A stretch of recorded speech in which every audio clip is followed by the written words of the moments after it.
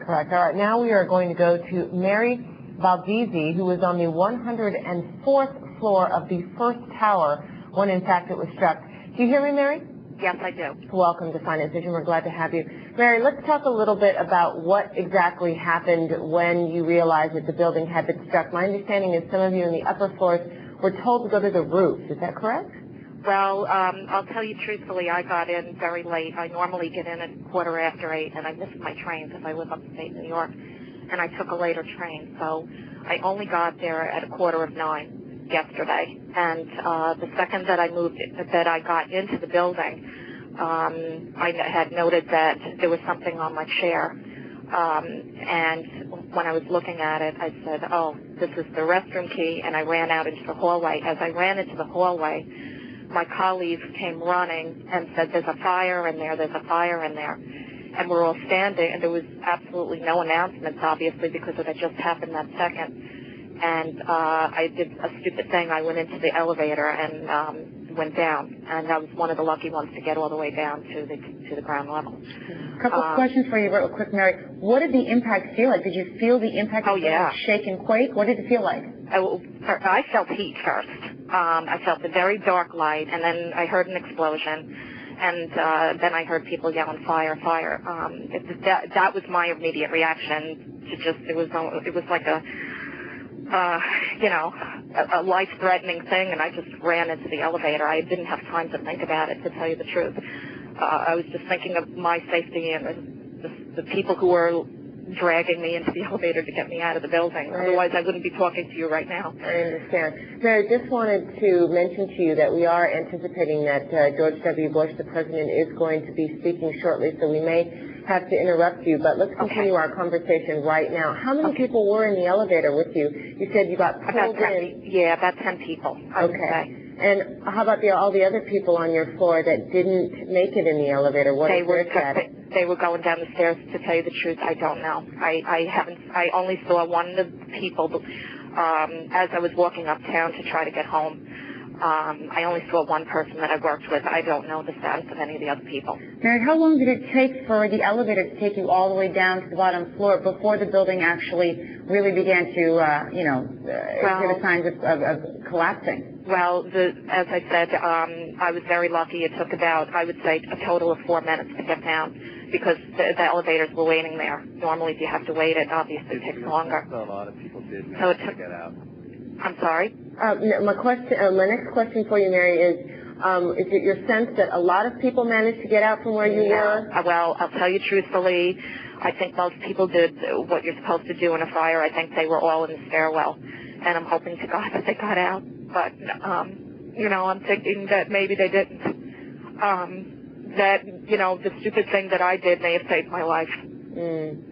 Mary, you must be experiencing a lot of different feelings right now. Among them, guilt, perhaps for surviving, but at the same time, relief that you in fact did. Right. How is this experience going to change your life?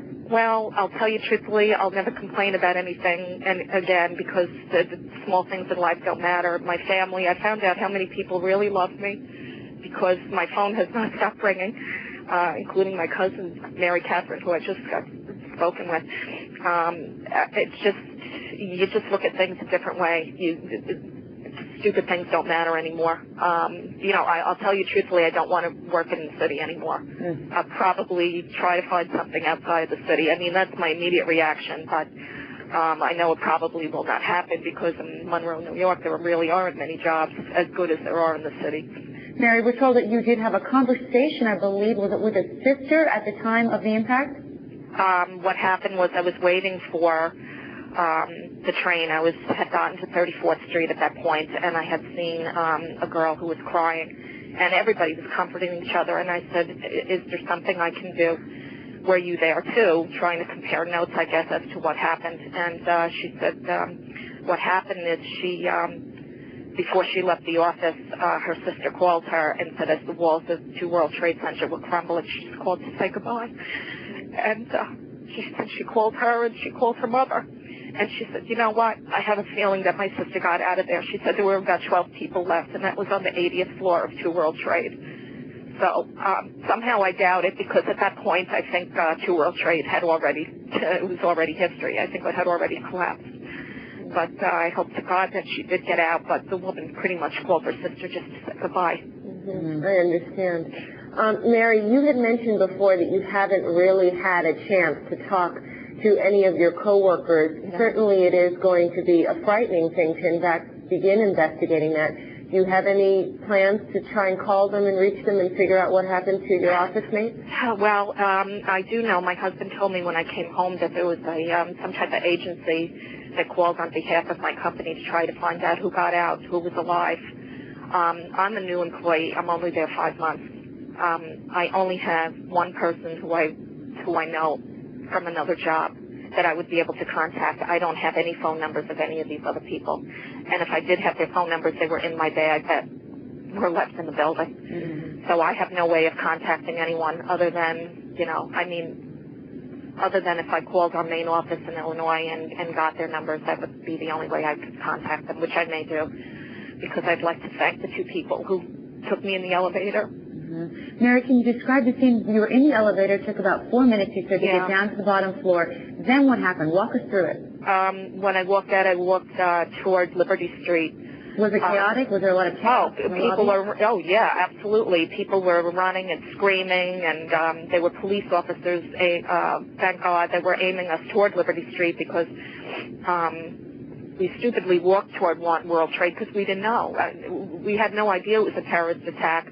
We knew there was a plane that hit the building. We didn't know why. We thought maybe it was an accident, maybe a pilot had a heart attack or something. We had no idea the specifics. We weren't told.